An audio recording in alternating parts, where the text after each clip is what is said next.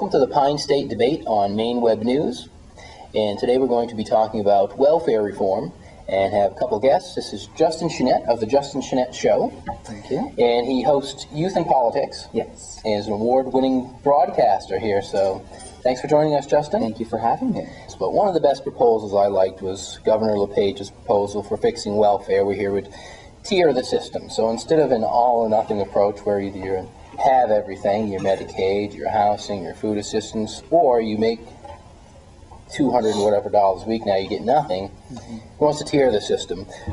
What do you think of that idea? Well, I know that he wants to create a 5-year limit on terms of what kind of welfare benefits that people are given, and to ensure that it's not a lifetime of handouts, according to Paul LePage. But what I'd like to reference is the fact that 70% of Mainers that utilize welfare services like the temporary assistance for needy families is off of welfare in the state of Maine within a year.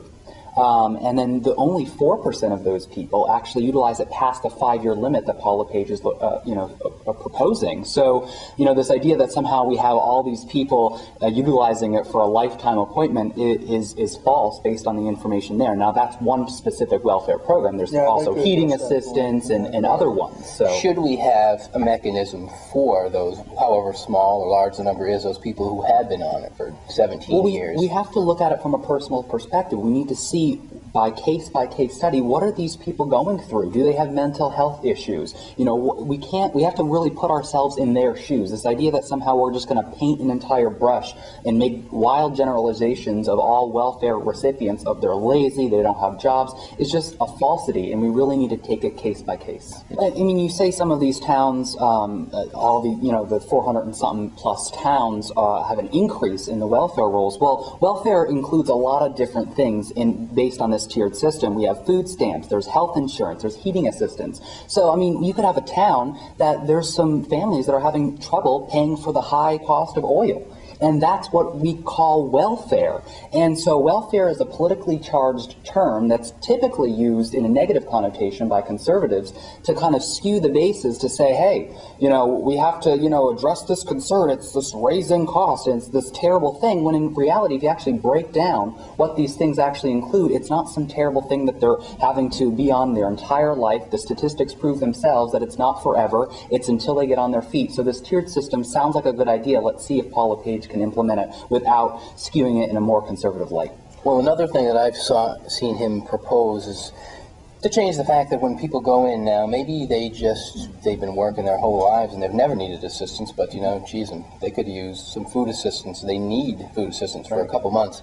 The problem is when they go in to get that food assistance, is there someone there coaching them that, hey, did you know you can get this, and did you know you can get that as well? Well, what that should go on. What I hope Paul LePage does is really implement the kind of tools necessary for people to get on their feet, to help them with job assistance. This idea that somehow people are just going to pull themselves from their bootstraps and get a job. 1 out of 10 Americans don't have a job right now. So the opportunity may not exist in the towns that Paul LePage was able to pull himself up from his bootstraps. His story's nice, and that's one of the reasons why he got elected, is his story was nice for people. Do you think that gives him more credibility when he brings up welfare from that he led by example? Like Sarah Palin says, average Joe six-pack types connect with some conservative audiences, and Mainers in general. They like feeling connected with their governor and their politicians, and he was able to capitalize on that.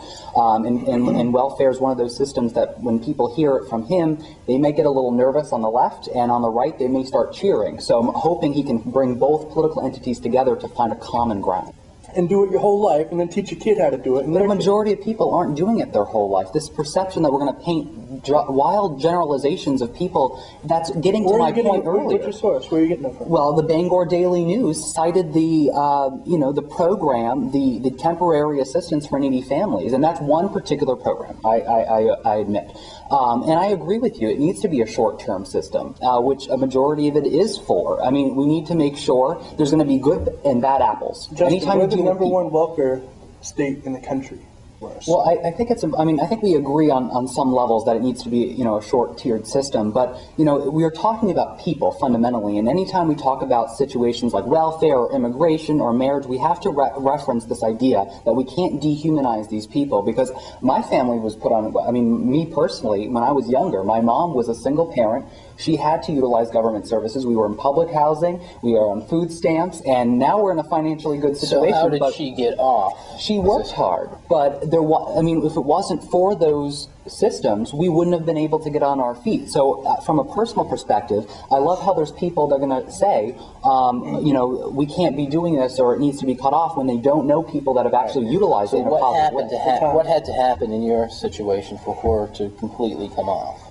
And was it a all or nothing thing? It was not an all or nothing thing. I know we're running out of time, but the key is, you know, you do work hard, but I think a tiered system, but recognizing that there is a gentleness we have to approach with this situation. It's a case-by-case personal scenario that we have to look at this. So I think there's a lot of wisdom in both of you guys. There's some positive aspects of it. You know, I think there's wisdom that you guys have basically both agreed that. Yeah, do you support the tiered system? There are aspects of it that are positive, including a limit. Right. Well, thank you both for coming on. We are running out of time. Justin, if someone wants to catch your Justin Schnett show, how do they get They hold can of visit that? my website at justinschnett.com, just my name.com, and it's going to be really exciting moving forward, looking to the 2012 election cycle. I know we're going to be delving into a lot of these important topics, and only through this type of dialogue can real solutions develop. Doesn't matter if you're a Democrat or Republican, these are American issues. Let's come to the table and talk about it to develop solutions.